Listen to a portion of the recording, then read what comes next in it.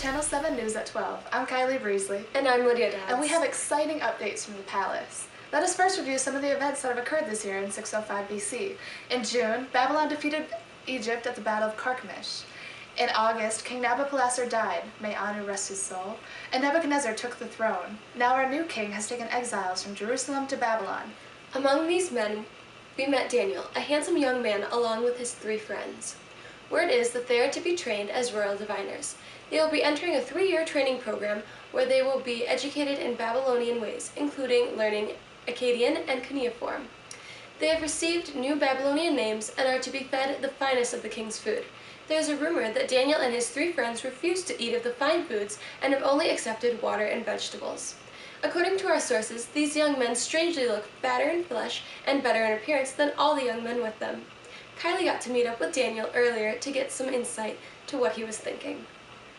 Thanks, Lydia. I'm here with Daniel, a royal diviner in training. So Daniel, how is your training going? Well, the Akkadian is coming along well, but the cuneiform is terribly difficult. I've always hated geometry in the first place, and now I have to write with it. So why is it that you and your friends refuse the king's food and wine? Well, we had to draw a line somewhere. We needed to prove that we do not rely on Nebuchadnezzar for sustenance, but on our God, the God of Israel. Interesting. Well, back to you, Lydia. Thanks, Kylie. These men have demonstrated that they do not rely on the king, but that they rely on their God, the God of Israel, whom they believe is in control of everything. Well, that's all for tonight. We'll see you next time.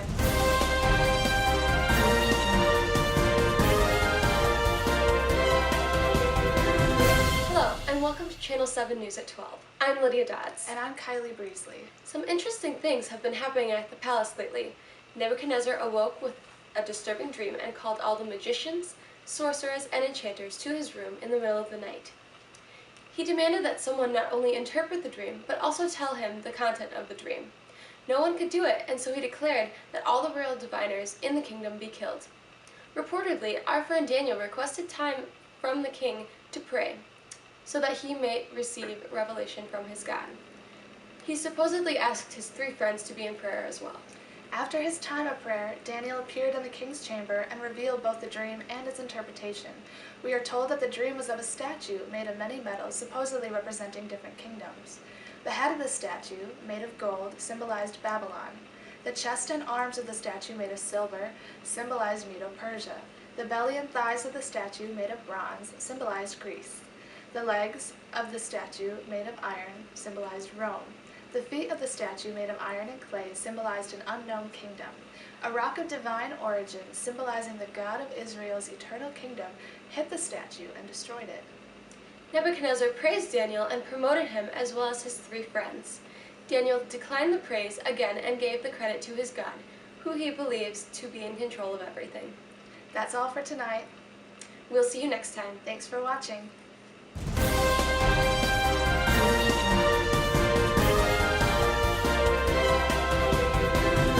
Hello and welcome to Channel 7 News at 12. I'm Kylie Breesley.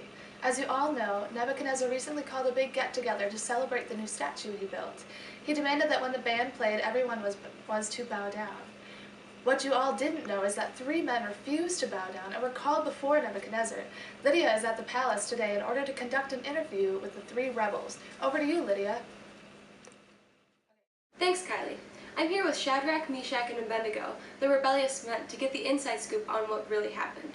Shadrach, what happened when you were called before the king? Well, we were terrified, but we knew we had to stand our ground. When he offered us a second chance to bow down, we again refused. Meshach, why is it that you refused to bow down? Well, we serve the one and true God, and it would be wrong for us to worship any other. He alone is worthy of our worship. Even if it meant death? Yes, even if it meant death. We know that our God is able to save us, but even if he hadn't, he would still be sovereign. Abednego, what happened when you were thrown into the furnace? You can call me Nego. Well, the men carrying us were scorched to death, but we felt nothing. We saw the flames surrounding us, but honestly, I was kind of cold, man. Suddenly, a man in white appeared and walked with us out of the flames. As we walked out, we didn't even smell like smoke. And you believe that your God is to credit for this miraculous event? Absolutely, man, no doubt. Well, there you have it. Back to you, Kylie. We have word that Shadrach, Meshach, and Abednego have been promoted and that Nebuchadnezzar has acknowledged their God as supreme. Well, there you have it. Until next time, stay classy, Babylon.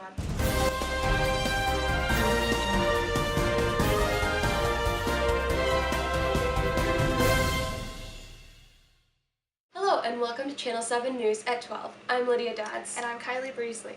Tonight we have some breaking news for you. King Nebuchadnezzar has been seen eating grass and acting like a wild beast in the wilderness. Here we have some special footage of Nebuchadnezzar in the wild. Wow.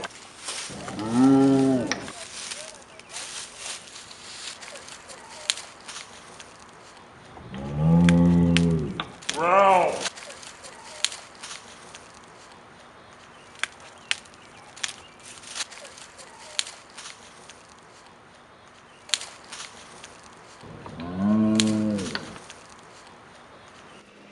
Terrifying, isn't it? As you may recall, this fulfills the prophetic dream of Nebuchadnezzar's that Daniel interpreted about a year ago.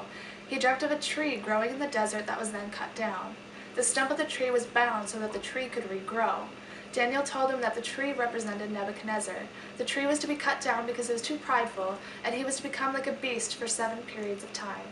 Daniel encouraged Nebuchadnezzar to humble himself in order to lengthen his prosperity, but he did not listen, and the prophecy has now come to pass. Daniel said that as soon as Nebuchadnezzar will lift up his eyes and acknowledge the God of Israel as sovereign, that his sanity and kingdom will be restored. Let us hope that this will happen soon. It would appear that the God of Israel can humble even the mightiest of rulers. That's all for tonight. Thanks for stopping by.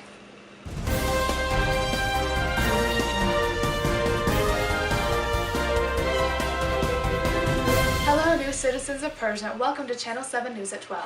I'm Kylie Breesley. And I'm Lydia Dodds. As you all know, Persia overtook Babylon last night during King Belshazzar's feast. What you don't know are the divine events that led up to the attack. Last night, King Belshazzar threw a drunken feast for 1,000 nobles. During the feast, he brought out the looted items from the Jewish temple in Jerusalem and used them, thereby desecrating them. Suddenly, a hand appeared and wrote on the plaster wall. The king was terrified and called his advisors, promising money and power to the one who could read the writing on the wall. No one could do it, so the queen recommended that Daniel be summoned to read it. Daniel interpreted the writing on the wall as followed. Belshazzar's days were numbered and ended. He had been weighed and found lacking, and the kingdom would be divided and given to the Medes and to the Persians. Only hours later, the Persians, who were waiting just outside the kingdom walls, overtook the city and killed Belshazzar. Stay tuned for more exciting events in our new city of Persia. Thanks for watching.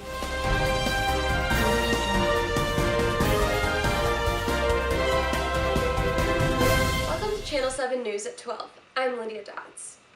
We have another miraculous story. As you all are aware, King Darius made a decree that everyone should pray to him for 30 days.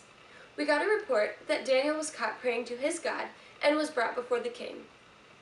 If someone were to be caught praying to other gods, their punishment was that they would be thrown into the lion's den. Unfortunately, there was no exceptions for Daniel. Kylie is with Daniel right now for an exclusive interview. Hi, I'm here with Daniel. So Daniel, what was going through your mind when you were thrown into the lion's den? Well, honestly, Kylie, nothing good was going through my mind. I guess I was surprised you didn't hit the bottom before the lions ate me. What happened in the den? When I got to the bottom, an angel was there. The angel had shut the mouth of the lions, and throughout the night I got rather attached to the lions, so I named them all. There was Stewie, Liam, Leo, and Jessica. The den was quite cold, but my friends kept me warm. And then Darius came first thing in the morning, shouting for me. He was so happy when I answered, and they immediately rescued me. God is so good. What if you had died? Would your God be good then? Well, God is always good. He's in control of all things. If he hadn't rescued me, he would still be sovereign. And besides, I'm an old man now. I'm ready when God wants me. Well, there you have it. What a miraculous story. I'm so glad Daniel is doing well. Until next time, good night.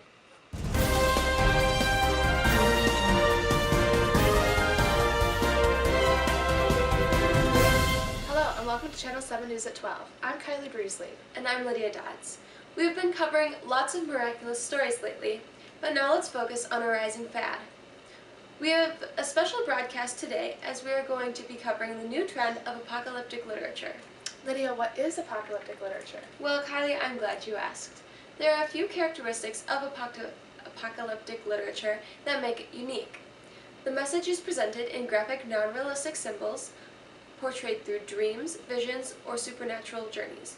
They focus on the end of life and history and usually include an angelic guide to help them understand dreams or visions. The reason we are so interested in this new trend is because of our friend Daniel, who has claimed to have multiple apocalyptic dreams and visions over his lifetime. I asked him some specifics to gain better understanding. He claims to have seen many composite animals. What exactly is a composite animal? Well, a composite animal has many different animal features blended into one being. Can you give an example? Well, one being he described was a leopard with 4 wings and 4 heads. Interesting. Does this have any significance? It does indeed. The being itself represents a great military leader which is to come. Since it is a leopard with wings, this means that the leader will have great speed.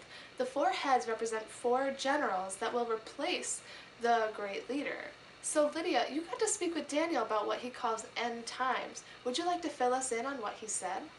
Of course. I would love to tell you about my conversation. Daniel had a vision of a heavenly man who explained great tribulation that will come upon God's people at the end of time. Daniel asked the angel how long until the fulfillment of the prophecy would come to pass. The angel was cryptic and said that the end would come in time, times, and half a time. What is that supposed to mean? I asked Daniel the same question. He said he doesn't know, but that we should trust God because he is in control not only of the present, but also of the future. What a testimony Daniel is as a man who truly puts his faith in his God. If only we all could be like that. Well, that's all we have for today. Thanks for joining us on Channel 7 News at 12.